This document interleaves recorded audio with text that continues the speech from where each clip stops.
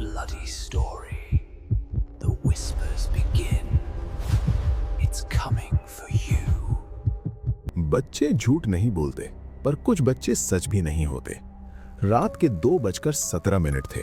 Village का नाम था भैरवपुर, एक ऐसा गांव जहां शाम के बाद कोई बच्चा बाहर नहीं निकलता, क्योंकि यहाँ एक नाम था, बचुआ। लोग उसका नाम भी धीरे बोलते थे, जैसे नाम ज्यादा तेज बोला तो वो सुन लेगा। रवि एक 24 ईयर ओल्ड स्कूल टीचर, नया नया गांव में आया था। शहर का बंदा, घोस्ट, स्पिरिट्स सब बकवास लगता था उसे।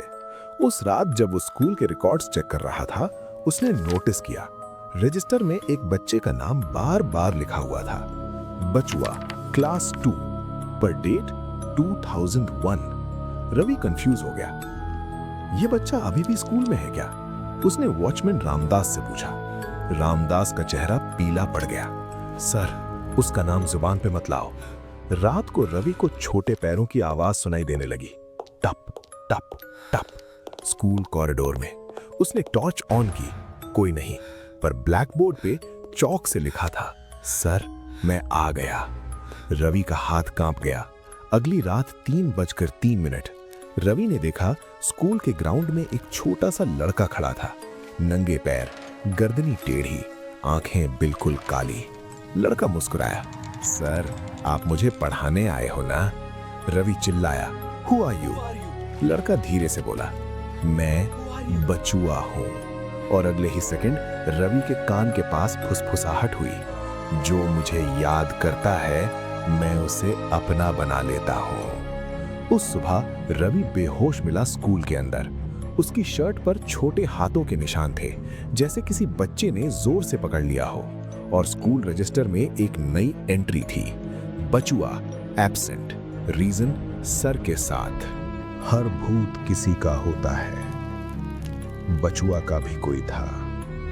रवि को होश आया तो वो डिस्ट्रिक्ट हॉस्पिटल में था। लेफ्ट हैंड पे बच्चे के दांतों के निशान थे। डॉक्टर बोल रहा था, ये बाइट किसी एनिमल का नहीं है और ना ही किसी एडल्ट का। रवि सिर्फ एक ही बात बोल रहा था बार बार, बचुआ मुझे बुला रहा था। हॉस्पिटल के बाहर एक बुढ़िया औरत रवि का वेट कर रही थी। वाइट साड़ी, खुले बाल, आंखों में अजीब सा गुस्सा। उसने रवि का हाथ पकड़ लिया। तुमने उसका नाम सुना है, अब वो तुम्हें छोड़ेगा नहीं। रवि, कौन है बचुआ? क्या चाहिए उसे? बुढ़िया ने धीरे से बोला, उसे मां चाहिए थी और उसे सिर्फ मौत मिली। बुढ़िया रवि को ले गई गांव के शिव मंदिर के पीछे, एक पुराना जला हुआ घर। यहीं रहता था बचुआ। 2001 की बात थी। बचुआ एक 7 साल का लड़का था, बोल नहीं पाता था। लोग कहते थे पागल है। उसकी मां सरला एक सिंगल वोमन थी। गांव वालों के लिए वो ही सबसे बड़ा गुनाह था। एक रात जब सरला काम पे गई थी, बचुआ अकेला छोड़ दिया गया। गांव वालों ने अफवाह फैला दी, बचुआ पे भूत कसाया है। उस रात बच्चे को घर के अंदर बंद कर दिया गया। किसी ने दिया गिराया, किसी ने दरवाजा नहीं खोला, और जब सुबह हुई घर जल चुका था। अंदर से सिर्फ एक आवाज आई थी, मां। रवि का दिमाग सुन्न हो गया, पर उसकी आत्मा स्कूल में क्यों? बुढ़िया बोली, क्योंकि तुम जैसे लोग उसे पढ़ाने का वादा करते हो, फिर छोड़ देते हो। रवि को याद आया, रजिस्टर में उसका नाम। उसी रात रवि के हॉस्पिटल रूम का टीवी खुद ऑन हो गया। स्क्रीन पे एक बच्चा दिखा, जला हुआ चेहरा, पर मुस्कुराहट वही। सर आज क्लास नहीं हुई। लाइट्स ब्लिंक हुई।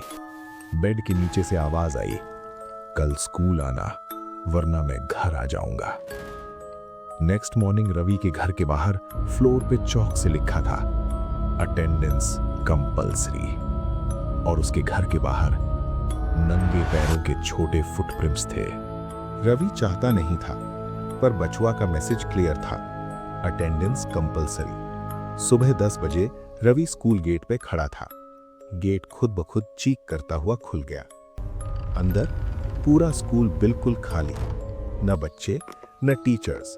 सिर्फ ब्लैक बोर्ड पे लिखा था, गुड मॉर्निंग सर। रवि ने क्लास 2 का डोर खोला। सब बेंचेस पे बच्चों के बैग्स रखे थे, जैसे कोई अभी अभी उठा हो। बेल बजी, टिंग टिंग, और एक आवाज आई बिल्कुल रवि के कान के पास। सर, मैं लास्ट बेंच पे हूँ। लास्ट बेंच पे बचुआ बैठा था।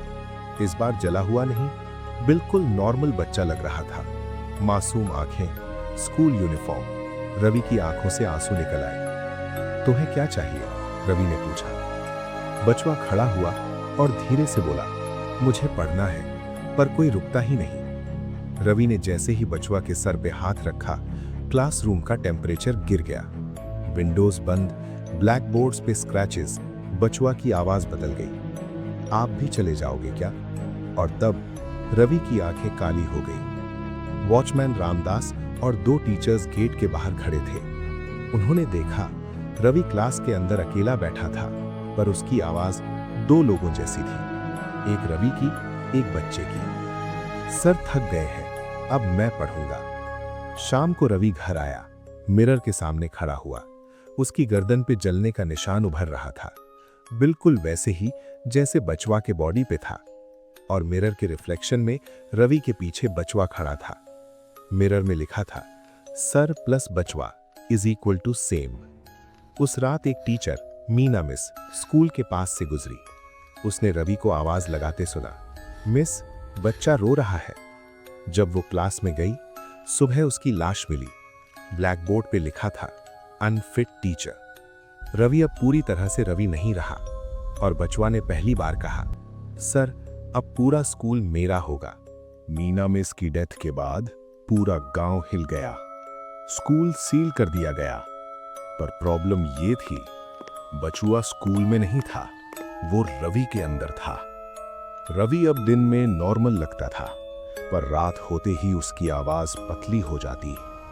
कभी कभी वो चौक से दीवारों पे लिखता, होमवर्क इनकम्प्लीट, लेट आने वालों को पनिशमेंट मिलेगी। बुढ़िया सरोज ने एक नाम लिया, पंडित कौशिक।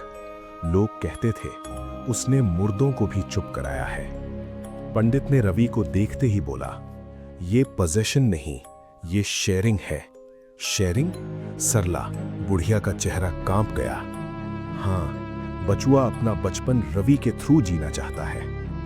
रात 12 बजे रवि को स्कूल की क्लास 2 में बांध दिया गया। हवन जला, मंत्र शुरू हुआ।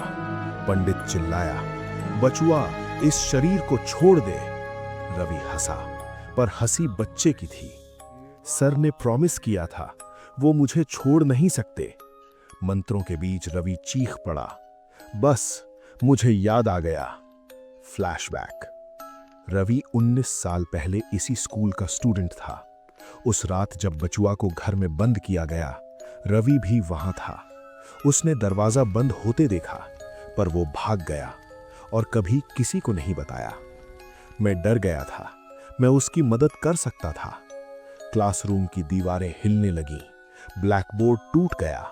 रवि की आवाज और बचुआ की आवाज एक हो गई। सर ने मुझे छोड़ के भागे थे, अब हम साथ ही रहेंगे। पंडित ने फाइनल मंत्र पढ़ा। बचुआ चिल्लाया, अगर मैं जाऊंगा तो सर भी मरेंगे। पंडित ने सरोज को देखा, इसको बचाने का एक ही तरीका है। कौन सा? स्कूल को जलाना होगा। जहां बचुआ मरा, वही उसे बंद करेगा। रवि ने धीरे से कहा, कर दो। स्कूल में आग लगाई गई, बिल्कुल 2001 जैसे। रवि स्कूल के बीच खड़ा था, उसकी आंखों से आंसू बह रहे थे। आई एम सॉरी बचुआ। आखिरी बार आवाज आई, सर, कल क्लास होगी?